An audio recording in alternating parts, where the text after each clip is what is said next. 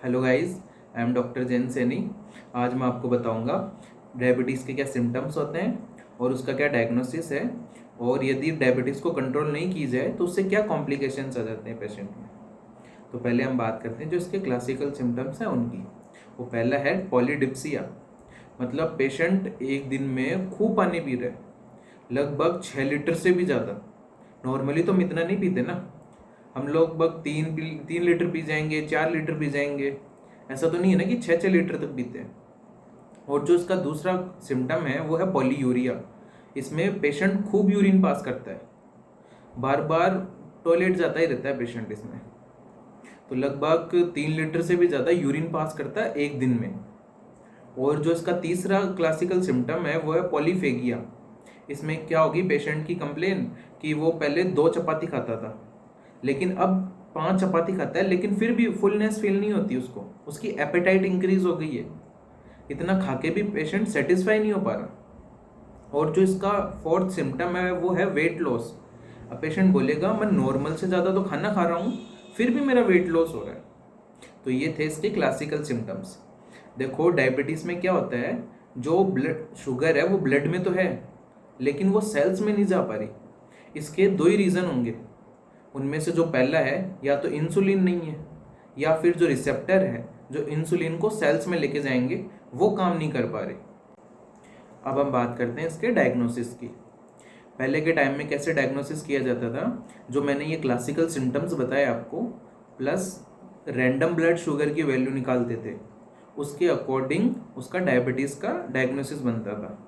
और जो asymptomatic patient होते थे उनका जो फास्टिंग ब्लड शुगर की वैल्यू निकालते थे, फिर उसको 75 ग्राम ग्लूकोज खिलाते, फिर जो उसको 2 घंटे वेट करना पड़ता, फिर जो वैल्यू आती उसके अकॉर्डिंग उसका डायबिटीज़ का डायग्नोसिस बनता था। लेकिन आज के टाइम में ऐसा नहीं है।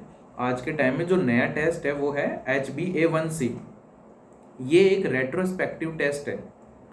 इसमें कोई पेशेंट एक्सरसाइज करके आया, या फिर वो स्टारवेशन में था, या फिर वो खाना खा के आया, तो इन सब चीज़ों से इस टेस्ट में कोई फ़र्क नहीं पड़ता। ये क्योंकि ये टेस्ट जो है ये रिसेंटली वैल्यू नहीं बताएगा, ये लगभग 8 से 12 वीक्स की वैल्यू बताता है, लगभग 3 महीने की वैल्यू बताएगा ये टेस्ट, जो एवरेज वैल्यू है।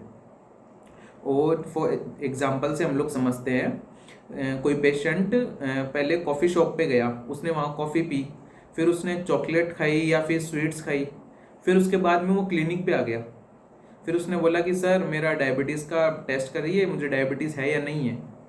तो उसको पेशेंट को ये नहीं बोलेंगे कि आप कल आना या फिर एम्प्टी स्टोमक आना, क्योंकि इस टेस्ट में, आज के टाइम में इस टेस्ट में इन सब चीज़ों से तो कोई फ़र्क पड़ेगा नहीं, क्योंकि ये रिसेंटली वैल्यू तो निकाल नहीं रहा है ना, ये तो 3 महीने की निकाल रहा है जो एवरेज वैल्यू है।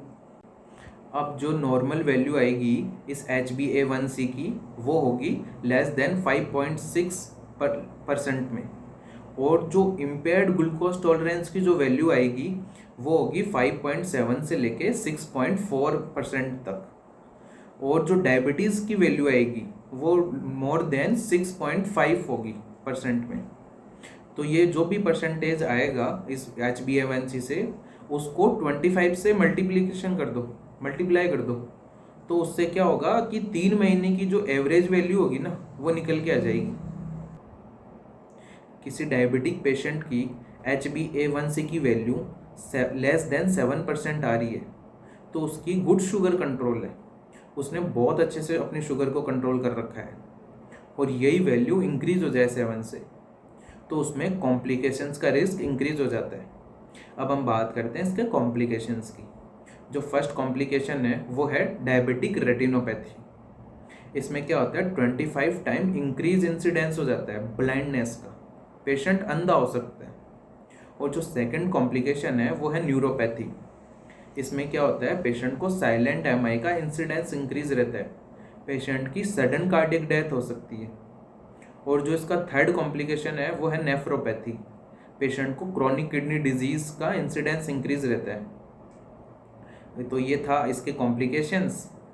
Please thanks for watching my video.